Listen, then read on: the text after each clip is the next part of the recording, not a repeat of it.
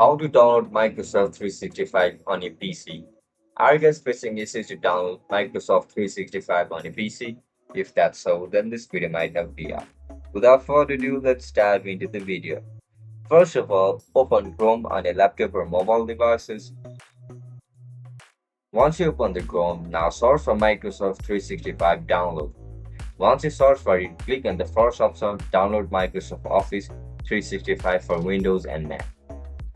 After you click on it, you'll be forwarded to this section. Now just simply tap on download now option.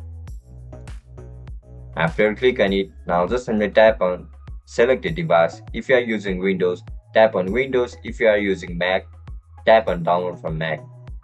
I am using Windows, so I'll tap on download for Windows. As soon as you click on it, your download will start. So as you guys can see, the folder has been downloaded. Just simply open the folder. After you open the folder, tap on it, click on Run.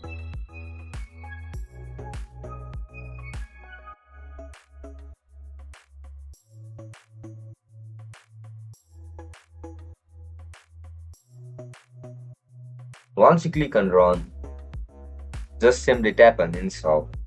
Once it gets installed, you will be able to run Microsoft 365 on your device.